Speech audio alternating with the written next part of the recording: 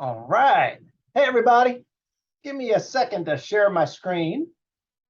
We're going to get going here. Welcome.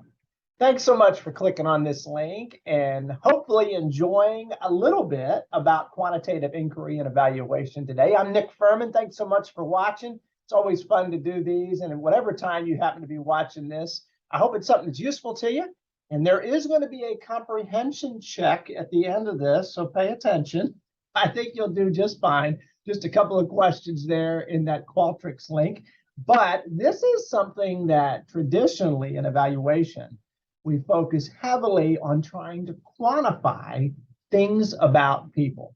And that's what I want to talk about today. And I really like this take-home message. Those of you that know me know I really like a take-home message with each session we do together. Something that if you went back home and you told your mom, your dad, your spouse, your significant other, your cat, what did that crazy Nick Furman talk about today in his session? The take-home message is really that most important big thing to know. And today's, I love it. We can measure or describe anything. And that is true. If you can't measure it, you can certainly describe it with words. And so for today, measurement is going to imply the quantitative. Description is going to imply the qualitative. The speaking, the describing things about something with different kinds of adjectives and things like that. Measure all the things is what we're going to talk about today. Let's jump right into it. Of course, you can't do evaluation unless you begin with the end in mind. And so for our objectives today, over the next couple of minutes, I hope that when we're done, you will be able to define what measurement is in the context of the social sciences that we work in so often in evaluation.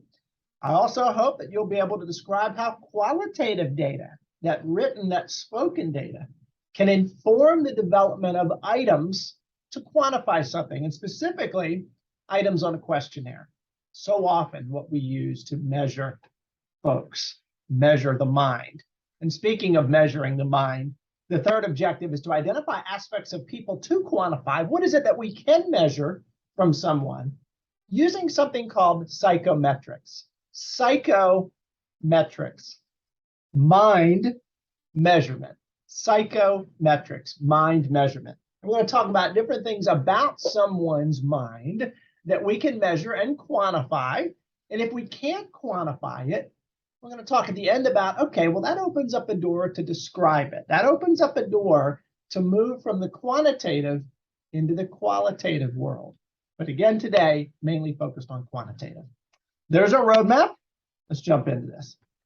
All right, so let's say my wife and I have a 3.5-year-old little girl and an almost 6-year-old little boy. 3 days after Christmas, Miles will turn 6. That is hard to believe. If he happened to ask me, or a fourth grader, a little bit older than he is, happened to ask me or you, hey, what does measurement mean? What is measurement? What would you tell him? How would you define that in a way that a fourth grader or that my almost 6-year-old little boy would understand? What is measurement? For me, to explain it to anybody on the street, I would say it's simply associating a numeric value with something, with a characteristic. I'm going to measure how long my desk is. I'm going to use a tape measure, and those values are going to tell me the length of that desk. Measurement is associating a numeric value with something. That's measuring it. How old are you? That value, that age is associated with you. Number of years that you've been on this earth. Measurement. Associating a numeric value with a characteristic. And that's what it is.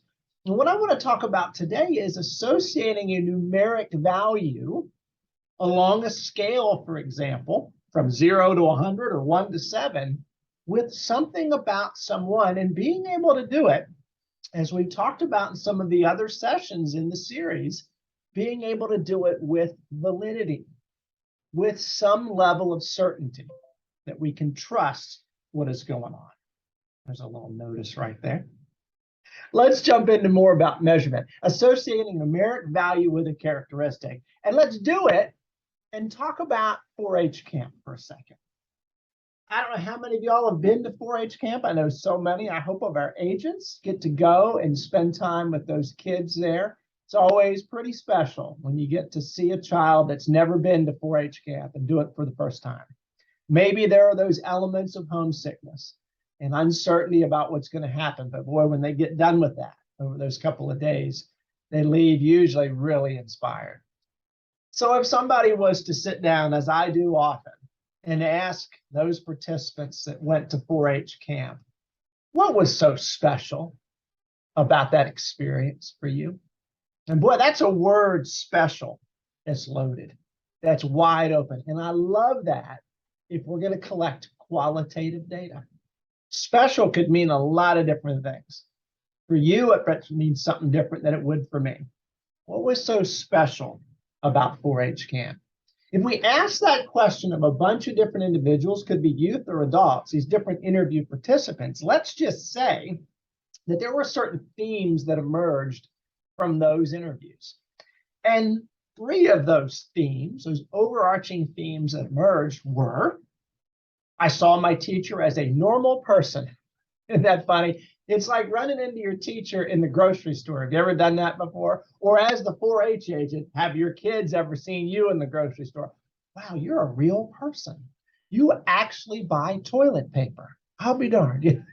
So I saw my teacher as a normal person, right? As normal as we can be as teachers, right? That was one. Second, the campfire experience may have emerged as a central theme that was really special, really memorable for that person. And third, that I realized that all my classmates have something to contribute. In fact, that's something that comes up quite often when we talk to kids that have gone off to camp.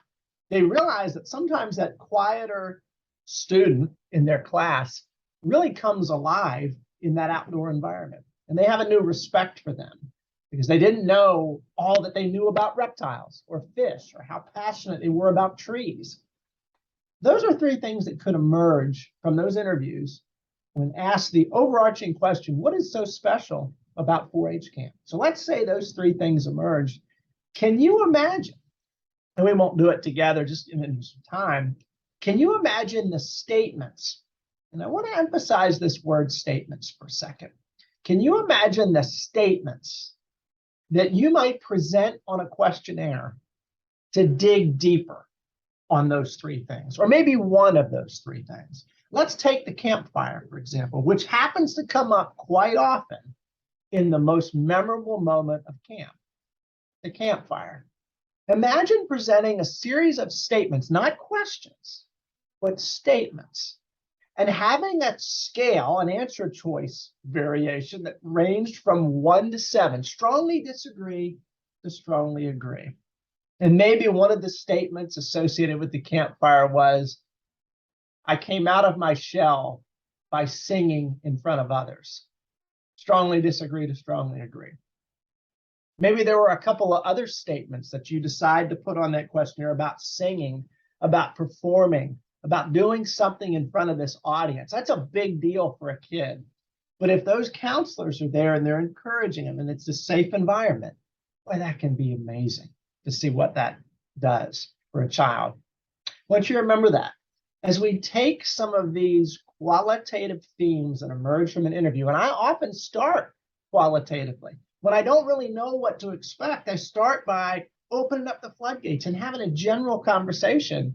Let's take those themes that emerge and let's let those themes guide the statements that we present on a questionnaire and those answer choices that go with them. Such an important point as we think about quantitative inquiry, as we think about quantifying someone's mind. What about that campfire was so special? Well, let's present some statements, the singing, the ambiance, the warmth, the being around friends, the fact that it was new and different and novel. What about it was so special? Let's dig down deeper with these statements and those answer choices, thinking quantitatively, going from qualitative to quantitative. Pretty neat stuff. Think about that. Some other things that we can measure in the world of, this is the academic phrase, psychometric theory. Psychometric, psycho, me, psycho, mind measurement. Psychometric theory. Theories about how we measure people. And some of y'all have heard me say this many times over the years. People are hard to measure, and they are. And so it takes multiple sources of evidence to really begin to figure out, why are folks doing what they're doing? Why does someone feel the way that they do? Maybe it's not just about Cam, but it's about the person that they are. Maybe males versus females, maybe the age of that child, maybe the fact that that child's parents have gone camping with them before versus a child that's never been out in the woods before. Maybe some of those demographic characteristics are driving some of those responses. This is where quantifying that stuff comes into play and enables us then to use statistics, averages, modes, things like that to determine where someone is.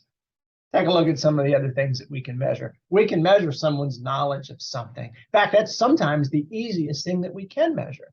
It's where we present statements in the form of a quiz. Maybe it's a true-false kind of a thing, where we're measuring how accurately they learn certain things and their knowledge. We can measure how they feel about something. And that scale that we just looked at, strongly disagree to strongly agree, is a wonderful way to do that. Your agreement, your level of agreement with a statement can often reflect how you feel about that statement, and that's an attitude. How about your behavior or your intention to engage in a behavior? I got a couple of letters on the screen there, FID, and in regards to behaviors, the F stands for frequency. You might want to try to quantify how often someone is doing something. How often are you exercising? Frequency. Days per week or per month. Frequency. You might also want to quantify how intensely they're exercising, and that's the I. So when you do exercise on Monday, Wednesday, Friday, what kind of exercising are you doing? Are you picking up this coffee mug and moving that arm, and that's my exercise? Or have I got weights out and I'm running on the treadmill? What's the intensity like for your exercising, for that behavior? And then finally, D is for duration. So you're doing it, how long are you doing it for? And that, of course, can matter and change among folks. So we might want to quantify that. Frequency, intensity, duration. Take a look at some of the other things that are there on the slide. My goodness, how important do you think something is? What's your interest in this topic? Talk about a needs assessment. How comfortable are you with snakes? I didn't bring any today. How comfortable are you with that? How comfortable are you with performing CPR on someone? And let's make sure that you have those skills if you're not comfortable. You satisfied with this? What's your confidence in your ability to change the oil in this automobile? Quantifying these things along a scale is what we mean by quantitative inquiry. It's pretty cool stuff. And the little guy there with the camera just reminds us to take multiple pictures of these things, quote unquote pictures. Ask multiple statements about one of those things. And this is something in class, whenever I clear my throat, my students know this might be something that'll appear on a quiz. So you don't want to ask all of these things at once and overwhelm the participant when you're trying to quantify something, typically on a questionnaire. Let's ask one, but do a really good job with that and dig down deep. So keep that in mind. Don't ask a bunch of these, ask one, okay? Keep that in mind. I'll tell you a little bit about my buddy Jeff. So Jeff and I, you ever met somebody that's almost like your twin in terms of energy, attitude, heck, even maybe appearance a little bit? Jeff, the guy there in the picture holding that Bardal, and I used to work together when I worked down in Florida, in Tampa. And there's a zoo down there we work together at. And Jeff now is the director of Zoo Montana out in Billings, Montana, doing great stuff out there. Jeff and I did a lot of work with birds of prey, and I continue to do work with birds of prey, owls and hawks and falcons and things. And we set up a study a number of years ago that was the first of its type that we have since replicated, and it's just so interesting.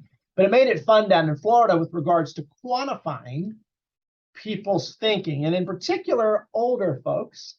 In Florida in the wintertime, if you've ever heard of these snowbirds, we have quite a few that come down from the Northeast. And they come down to Florida when it's cold up there and warmer down in Florida. Well, Jeff and I said, you know what? We believe that using an injured bird of prey, which we often have in zoos and aquariums, they're hit by cars, they have some visible injury, and they're non-releasable. We believe that those injured birds may be more effective as a teaching tool because they pull at someone's heartstrings. My gosh, what can I do to help this poor bird that's missing a wing or missing an eye? Versus a bird that's been raised in captivity, nothing wrong with it. It's been imprinted. We wanted to see. So we have some retirement communities down there in Clearwater, Tampa, St. Pete. We went around to retirement communities and we set up a little study. A series of retirement communities, Jeff went out and did a presentation with all injured birds of prey. And we gave the participants a questionnaire to complete when they were done to measure their feelings about those birds. We did the exact same presentation, same species of birds, but we went to other retirement communities in the area with non-injured birds of prey. Didn't have anything wrong with them. Same species, just raised in captivity. And then we had a third retirement communities that got pictures of the birds of prey. Same species, just no live stuff, just pictures. You know, those folks enjoyed those pictures, I think, almost as much as the folks enjoyed the live stuff. It was just really neat to see. We did that. We compared their responses to this questionnaire. Let me show you a piece of it. We measured their empathy, their feelings of concern for these birds, and we did it along a scale from 1 to 7. Take a look at the scale. And for each of these items, look at the items, look at the statements. They're one word, they're an adjective. How did you feel as you viewed these birds? And look at the scale, 1 to 7, not at all to extremely. We quantified their feelings. And you take a look at some of those verbs, those adjectives: alarmed, grieved, sympathetic, troubled. Look at some of the other ones. We got a whole series. We quantified their feelings. There were some other feelings on here. Take a look at 11 and 15 and 16. Those are a little bit more positive. We thought maybe they're feeling positive about these animals. Let's just kind of see. So we added those in there. You know, I got to tell you, the take-home message from this, believe it or not, folks felt the worst, and maybe this isn't so surprising. They felt the worst about the injured birds. They were most concerned. They had the highest level of empathy about the injured birds. Makes total sense. So the higher their score, the higher the value they got for that item, the greater the level of concern, the empathy, on that scale from not at all to extremely. The higher the number, the greater the intensity of that feeling. But the old folks that participated in the pictures of birds of prey, they learned the most. They remembered the most factually. What I think is going on there is there was a distraction presented by those real birds, and the pictures didn't have it. So the participants were able to really listen and engage and actually learn more. So that's coming from a guy that loves to teach with animals, but we realize you really want to get down to business, get those animals out of there so we can focus on the educator. Isn't that interesting? To wrap up today, 3 things I want you to keep in mind as you move forward with quantifying the mind. Identify one landscape, whether it's knowledge, attitude, behavior, I always call it the CAB, or any of those others, confidence, quality, those other things. And use multiple items, multiple pictures to measure that. Don't try to measure everything. Pick one and use multiple items to really do a good job, do a quality job with one, as opposed to trying to measure everything. Second, the higher the scores on that landscape, those series of pictures, I hope will imply a higher level of that landscape. Higher score means more knowledge. Higher score means more empathy or more positive attitude. That will help you, and it'll help the audience that's reading your work interpret your data, how you're quantifying things. Higher the score, higher the value of that thinking. And then finally, if you can't measure it quantitatively, you can certainly describe it, as our take-home message for today said. And I want you to consider qualitatively how you could do that. Could you sit down with folks, have an interview or a focus group with them with some open-ended questions, using questions to get at that qualitative? That's what we say, statements to get at the quantitative. with those answer choices. See how you might be able to use qualitative to do that. A lot of value in that too, especially if you're just starting out and you don't really know where to point that questionnaire, where to point that gun. Let's start with interviews and focus groups and get an idea of some of the themes before we start digging down deep. I hope you've enjoyed this one today. I hope you enjoy the comprehension check. You do a great job on that. And as always, thanks for being part of this. I hope you're enjoying it. I certainly do enjoy talking about it. So thanks for being with us and look forward to seeing those scores on that comprehension check. Thanks, everybody.